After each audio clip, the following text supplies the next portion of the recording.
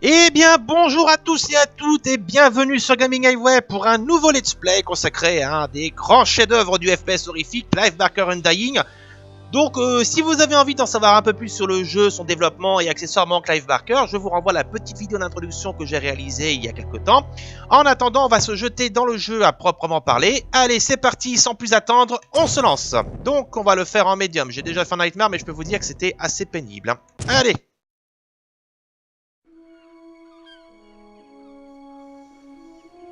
Ah, je suis las de voyager, de combattre la superstition et ses manifestations, même si j'ai moi-même choisi de lutter contre le mysticisme. J'ignorais qu'on me surnommerait Patrick Galloway, l'expert en sciences occultes. Et en un rien de temps, on me sollicitait dans le monde entier pour éclaircir des manifestations étranges. Tant qu'il me payait, je le faisais. Ce qui est bizarre, c'est que plus j'assistais à des événements étranges, plus je croyais à l'existence de forces supérieures, de créatures inexplicables en termes humains. Ça me donne la chair de poule. J'ai fui l'Irlande et j'ai erré à Paris et à Londres sans but réel, jusqu'à ce que la Grande Guerre éclate. Je me suis engagé dans une unité spéciale qui avait pour but de mettre un terme aux superstitions des fermiers qu'on envoyait au combat. Les Terres Senties étaient des ennemis redoutables.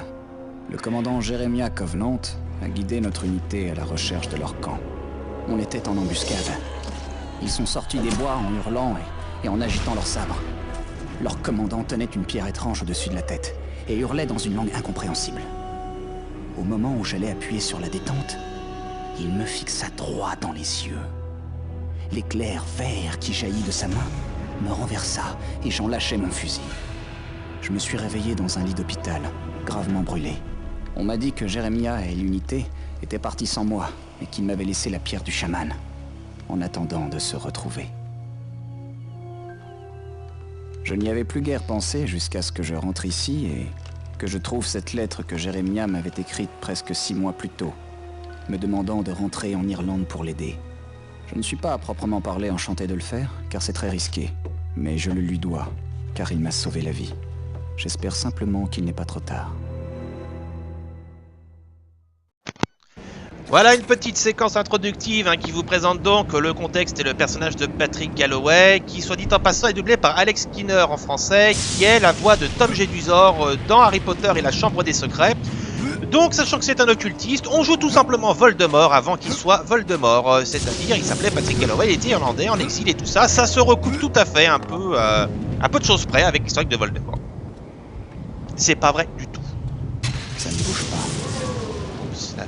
Bon, bref, trêve de plaisanterie. Alors tout de suite, vite fait, une petite présentation de l'interface. Donc ici, vous avez en gros les journaux où vous recensez en fait les souvenirs, accessoirement des résumés qui vous permettent un peu de savoir où vous en êtes au niveau de l'histoire.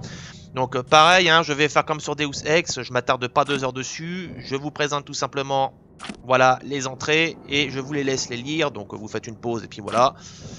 Donc voilà, donc et puis vous remarquerez aussi effectivement que c'est toujours rédigé dans un style très narratif, typique de Barker, on parle bien d'un romancier après tout, donc voilà.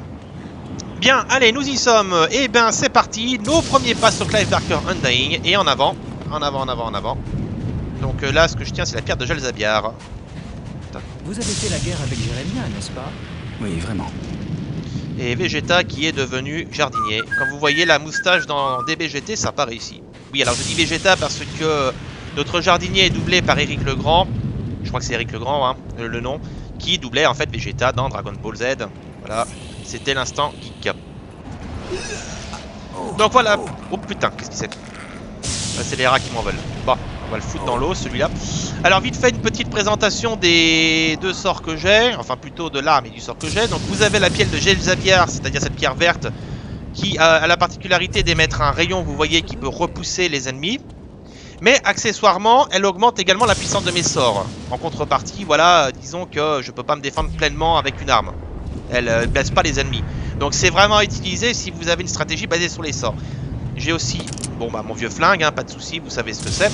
Et j'ai également ce sort, donc l'antévision, qui en plus, comme vous pouvez le constater, un peu d'améliorer ma capacité à voir autour de moi, surtout dans les endroits sombres, me permet de distinguer des choses qu'en normal je ne verrais pas, comme ce petit élément.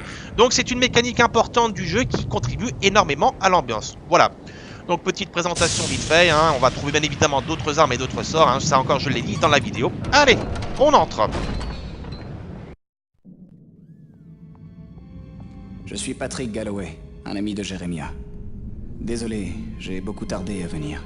Il disait dans sa lettre que c'était urgent. Jérémia commençait à croire que vous n'aviez pas reçu sa lettre.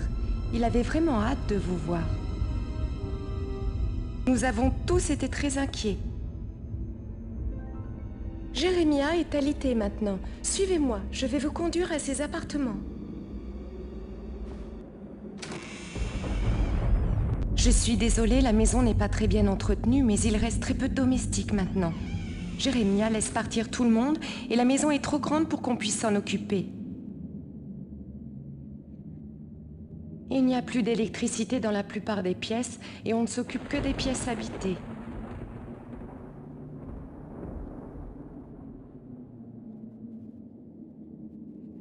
Cette famille a connu tellement de tragédies. J'espère que vous pourrez l'aider.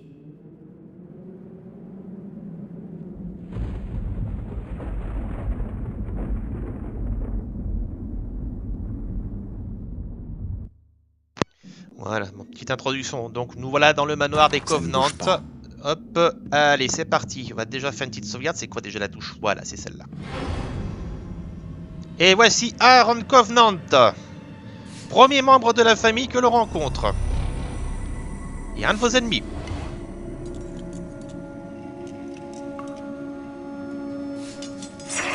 Voilà. Tout de suite, vous êtes dans l'ambiance, vous êtes bien dans du Barker. Ça, si vous avez lu le personnage et vu ses films, vous vous direz, il n'y a pas de doute. La première fois que j'avais vu ça, ça m'avait fait flipper quand même. Hein. Patrick, vous voilà enfin. À votre service, Jérémia. Désolé pour le retard, j'étais à l'étranger. Que vous est-il arrivé? Mon ami, je crois que mon heure est proche. Ça fait si longtemps que nous ne nous sommes pas vus. Trop longtemps, manifestement. Patrick, quand je suis rentré du front, c'était le chaos total chez moi. Mon frère Aaron disparut le premier, puis ce fut le tour de ma sœur Bethany. Ma santé décline à cause d'une vieille blessure de guerre, et malheureusement c'est irréversible. Je ne vous ai pas appelé ici pour assister à ma mort. J'ai besoin de votre aide. Je suis à votre disposition. Des événements étranges ont commencé à se produire autour du manoir. On a fait fuir une partie des domestiques, puis saccagé et pillé la propriété. La rumeur d'une malédiction familiale a fait partir les derniers serviteurs. Pour moi, ce n'est pas une coïncidence si des événements étranges se multiplient depuis mon retour de la guerre. Je voudrais éclaircir ce mystère, mais je suis trop faible pour le faire moi-même. Aussi, je compte sur vous pour prendre la relève. Bien sûr, Jérémia. Je suis revenu ici uniquement pour vous aider de mon mieux. Je vous remercie, Patrick. Qu'est-ce que c'était? On dirait que ça venait d'en bas. Je vais voir. Verrouillez la porte derrière moi. Voilà, et donc introduction à Jérémia Covenant et à sa famille, donc 5 frères et sœurs, hein, une vraie fratrie. Donc Jérémia, celui à lunettes, on a croisé Aaron, là en forme de fantôme. Il reste aussi Ambrose, le mec qui était tout en noir avec une sale gueule. Vous avez Lisbeth, la jolie blondinette, elle a l'air un peu sinistre dans sa robe blanche. Et vous avez Bethany, la rouquine avec sa robe noire. Donc voilà, tout ça, tout ce beau monde, on va le croiser au cours du jeu. Tenez, revoilà Aaron.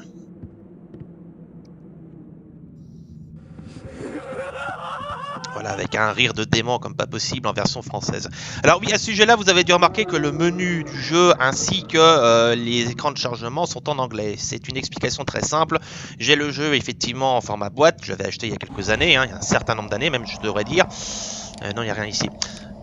Et il était complètement en français. Ce problème, c'est qu'il ne marche plus aujourd'hui. Donc je suis obligé de passer par la version GOG, qui elle est en anglais uniquement. Alors fort heureusement, il existe un patch français qui permet de traduire un peu tout ça, mais effectivement certains menus restent en anglais, mais bon, c'est pas trop grave. Comment décrire ce que tu ne connais que par tes yeux? Lorsque la barrière charnelle disparaît, le monde apparaît clairement. Toujours le thème de la chair. Là encore, je le dis, on est bien dans du Barker. Hop. Je vérifie, il fait un peu... le jeu est un peu sombre, hein, malheureusement. Alors, l'autre petit souci des réglages graphiques dans ce jeu, c'est que... en mode direct 3D, apparemment, le jeu ne prend pas en compte les changements de luminosité, donc c'est un petit peu pénible. Il y a pourtant une option, hein, ça marche tout à fait quand je passe au driver 3D FX, mais au driver 3D, bah ça marche pas plus. Donc bon. Donc j'espère qu'au moment où vous regardez cette vidéo, j'ai réussi à corriger un petit peu ce souci.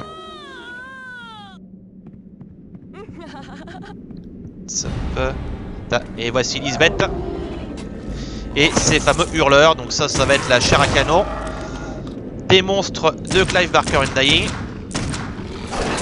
Alors attention. Oh putain.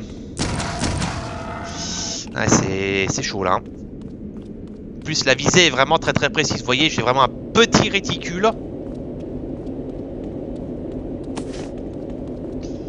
Alors oui, du coup... Oh putain. Hop, ça c'est bon. Oui, voilà, ça y est, j'ai retrouvé le bouton pour consulter l'inventaire. Voilà, je pense avoir bien corrigé les trucs, mais bon. Hop, hop, hop, hop, hop. Donc seul, c'est pas trop chiant, mais quand ils attaquent en meute, ça devient un petit peu plus compliqué. Voilà. Donc là, attention. Là, il y a un amplificateur. Alors, un amplificateur, en fait, c'est un petit utilitaire qui améliore la puissance de vos sorts. Parce que, petit côté RP s'il en est, vous pouvez améliorer la puissance de vos sorts. Hein. Vous voyez, regardez le sort d'antévision qui est en bas à droite. Vous avez l'icône. Tiens, et accessoirement, vite fait, je vais consulter le journal parce qu'il y a des nouveautés. Voilà. Hop, voilà, c'est bon. Donc, accessoirement, vous voyez, vous avez sur l'interface bon, bah, des icônes, à mon avis, dont vous aurez deviné l'utilité. Donc, tout en bas à gauche, vous avez l'arme que vous avez en main, ainsi que les munitions restantes. Juste à côté, la croix rouge, bah, c'est l'objet de l'inventaire que vous avez en main. Donc, en l'occurrence, ici, c'est les packs de soins. Parce que là, pour se soigner, en fait, dans ce jeu, on utilise des packs de soins. Bah la croix toute simple avec 79 là à côté, bah c'est vos PV, voilà, pas de souci. Au milieu c'est la mana, l'espèce de triangle la bleue. Donc vous voyez, je consomme toujours un peu de mana quand j'utilise un sort, donc démonstration. Et enfin tout en bas à droite, vous avez le sort que vous avez actuellement en main, avec au-dessus vous voyez un petit diamant. Et bah c'est le niveau de ce sort, donc ça peut monter jusqu'à 5. Mais je crois que c'est 4 ou 5. Et je crois qu'on peut monter à 5 ou 6, encore davantage, avec la pierre de Jelzabar en main, puisque, comme je l'ai dit tout à l'heure, elle améliore la puissance de vos sorts. Tenez, je vais vous faire une petite démonstration. Voilà, je change d'arme, et là, regardez, voilà, vite fait, voilà, vous avez vu, vous avez un petit point vert qui est apparu, donc ça signifie que temporairement, votre sort est amélioré au niveau suivant. Donc, tant que vous tenez la pierre, votre sort, effectivement, gagne un niveau en plus. Voilà. Alors vite fait, je crois que voilà, c'est ça. Et j'ai mon amplificateur avec bien évidemment la description. Donc ça, je vais le garder pour plus tard. Parce que le sort d'antévision, en fait, c'est surtout consommation et durée, si ma mémoire ne me trompe pas. Mais pour les autres sorts, ça va augmenter leur puissance. Donc mieux vaut que je garde celui-là pour la suite. Voilà. Un petit hurleur en moins.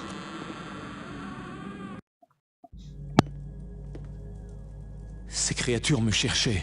Mon Dieu, qu'est-ce que c'était? Ce sont des hurleurs.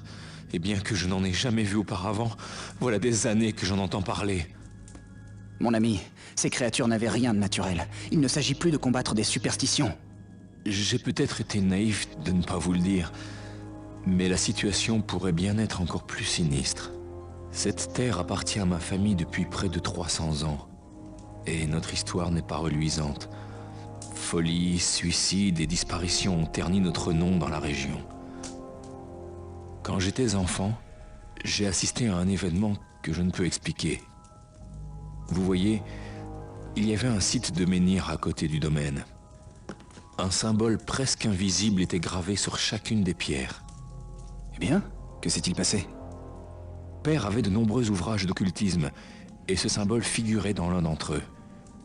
J'ai emmené mes frères et sœurs sur place, et j'ai lu un passage du livre de mon père. Croyez-moi, Patrick, je ne voulais rien faire de mal. Patrick, je sais que tout cela ressemble aux divagations d'un mourant, mais je crois que ces menhirs y étaient pour quelque chose. Ce qui fut jadis une tare pour cette famille a commencé à se manifester. Mais vous m'aviez dit que vous étiez mourant. Cette malédiction ne s'achèvera donc pas avec vous? Qui sait? Mes frères et sœurs sont morts, mais je ne crois pas qu'ils aient réellement disparu. J'ai entendu les domestiques chuchoter. Ils pensent avoir vu Lisbeth dans la propriété. Ma famille est venue me chercher, je les sens, Patrick.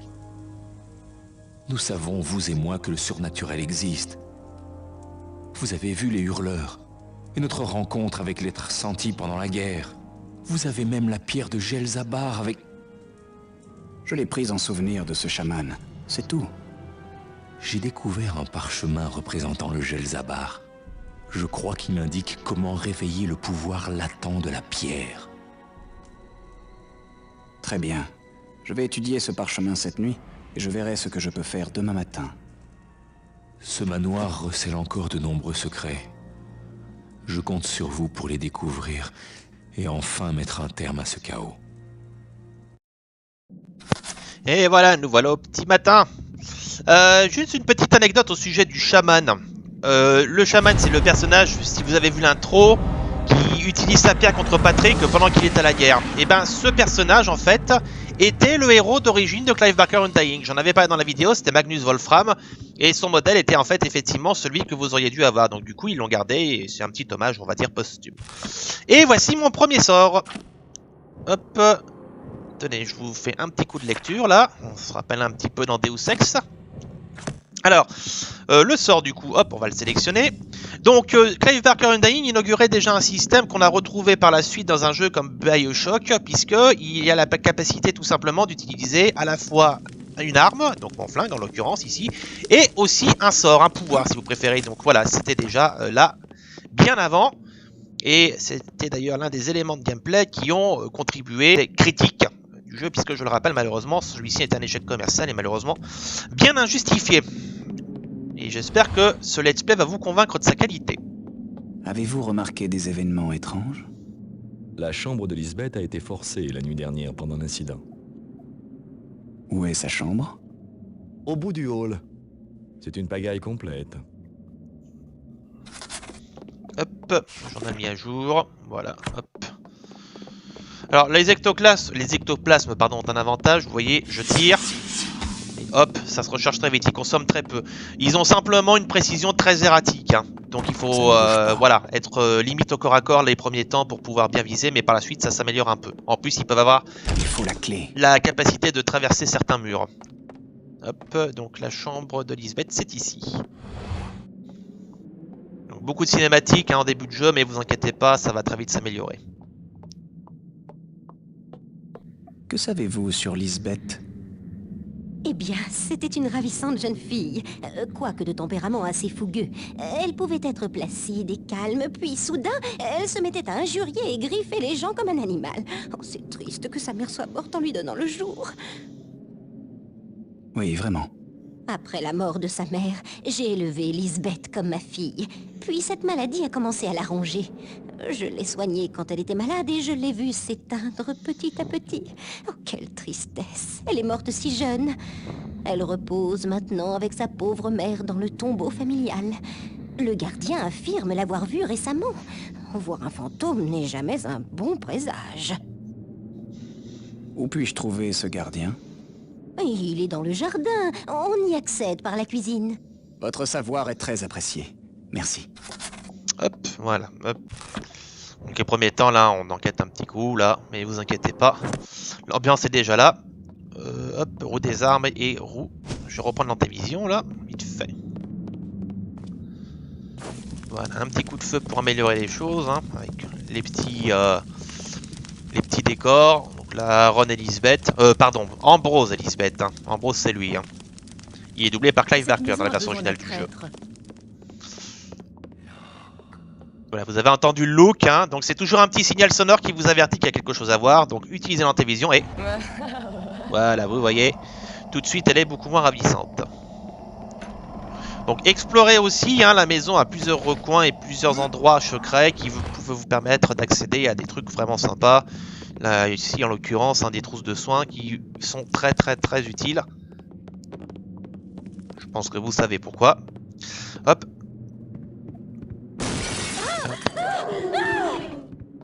Hop. Au secours! Je vais sortir les ectoplasmes parce que ça va chier.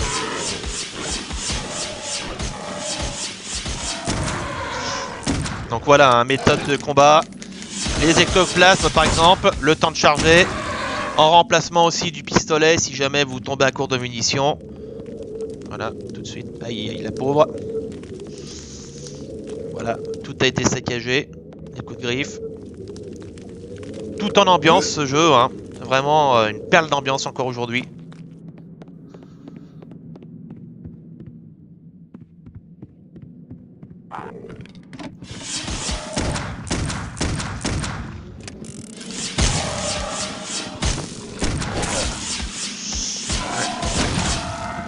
Pas trop bien négocié ce coup là, mais bon c'est pas grave, il a pas fait trop mal. J'ai encore des munitions, tout va bien. Ouais.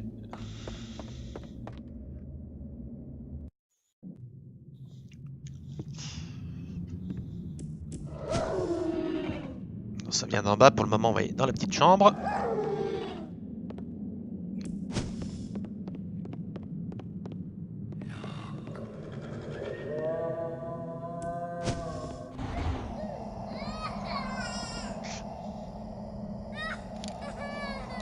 Des visions d'horreur, sans arrêt.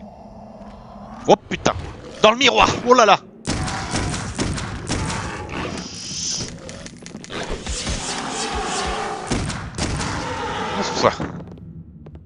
Ah, ça surprend quand ça vous tombe dans le miroir. C'est sans doute fait exprès d'ailleurs, c'est la première fois que ça me fait le coup. Comme quoi, on trouve toujours quelque chose de nouveau à chaque play. Est-ce qu'il y a de beau là, il va pas encore me faire un coup de pute là, non? Non, c'est bon. Ah oui, alors je vous signale que bien qu'il y ait eu un petit pack de textures qui affine légèrement les textures, je vous présente le jeu dans sa version vraiment originale, hein. Bon, la seule chose que j'ai changé, c'est eh bien le widescreen, c'est-à-dire la HD, hein, parce qu'à la base le jeu ne prend pas en compte les résolutions en 1080. Donc voilà, c'est la seule modification, mais bon, c'est pour des raisons évidentes sur ce coup.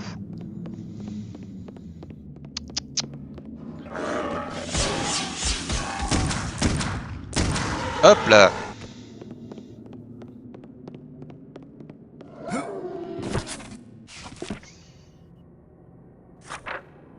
Allez, un autre petit coup de lecture.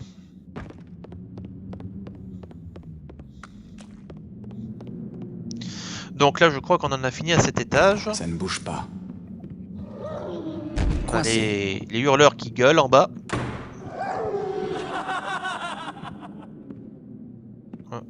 C'est Aaron.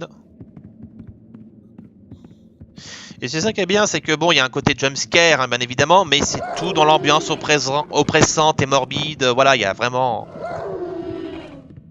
une étude très importante de l'ambiance, hein.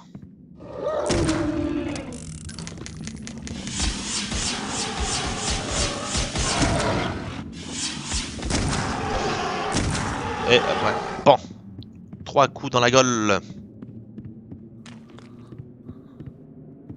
Avec la clé de la servante. Ça ne bouge pas. Ici, c'est fermé. On y avait été tout à l'heure. Coincé. Je regarde juste un truc. Je crois qu'il y avait quelque chose devant là. Non, non, non. On va passer par ici. Bonjour.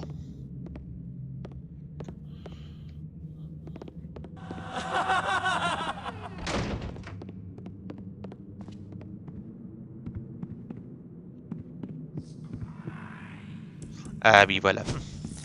Le fameux portrait que vous avez vu lors de la toute première présentation de Jérémia. Voilà, tout de suite, la famille est beaucoup moins sympathique.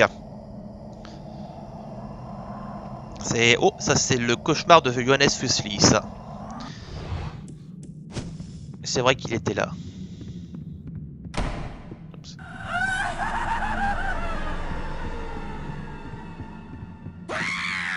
Lisbeth, c'est pas la peine là dans l'immédiat de la toucher, elle est invincible. C'est un peu plus tard qu'on va l'affronter. Et même beaucoup plus tard. Hein. Il va y avoir à mon avis quelques vidéos avant qu'on la voie. Ce qu'il y a de bien aussi avec l'ectoplasme, c'est que ça vous permet donc d'économiser les munitions. Il me semblait qu'il y avait une partie avec Aaron ici quand même. Verrouillé. Où Aaron intervenait et vous parlait de la salle des portraits. Mais c'est peut-être un peu plus tard. On verra.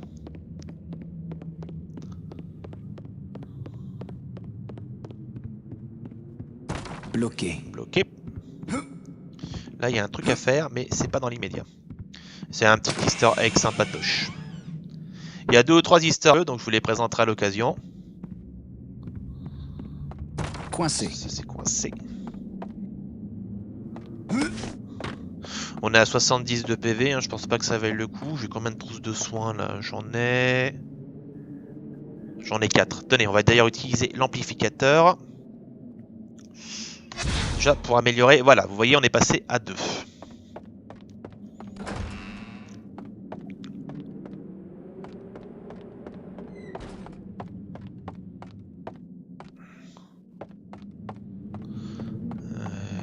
C'est la salle.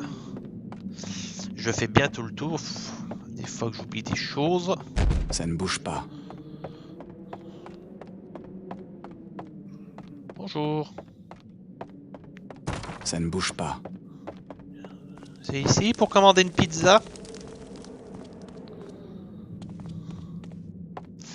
Hop.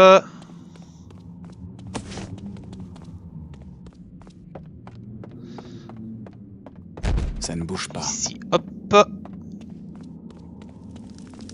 Je crois que j'entends un amplificateur. C'est bien la porte qui mène au jardin? Oui, mais je n'ai pas la clé. Je l'ai donnée à la servante.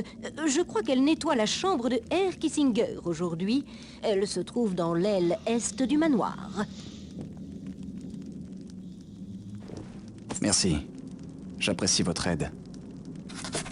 Hop. Coincé. Voilà, nouveauté.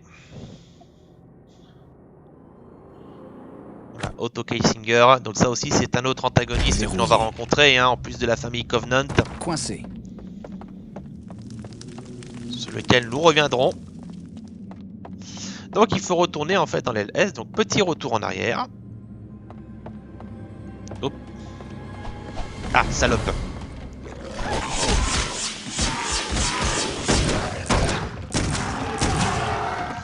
Oups. Jeter des cailloux. Non mais...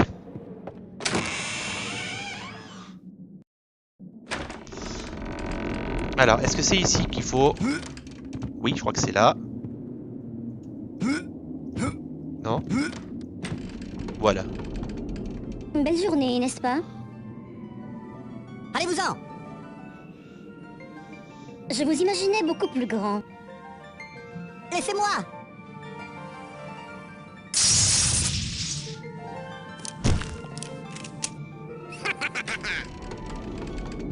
Voilà, petit truc débilou mais glauque s'il en est. Et Aaron encore une fois. Alors celui-là, on va le croiser assez souvent. Hein. Le petit Aaron. Où est-il? Je sais qu'il est quelque part par ici.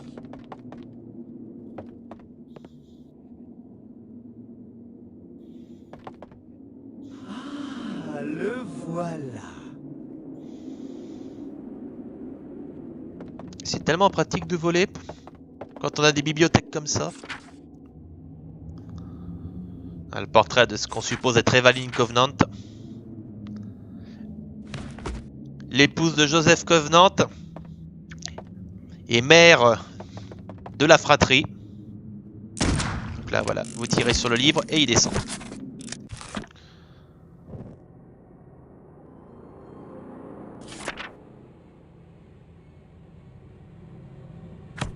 Aaron, donc l'esprit torturé de la famille. Enfin, si c'était que lui.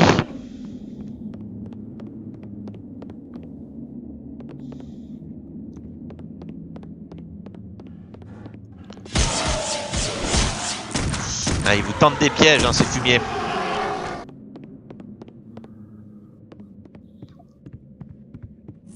La salle des tableaux. La vérité est là. L'image devient réalité. Il reviendra. Le rituel subsiste dans notre sang. Voilà, il me semblait bien qu'Aaron intervenait à un moment donné. Hein.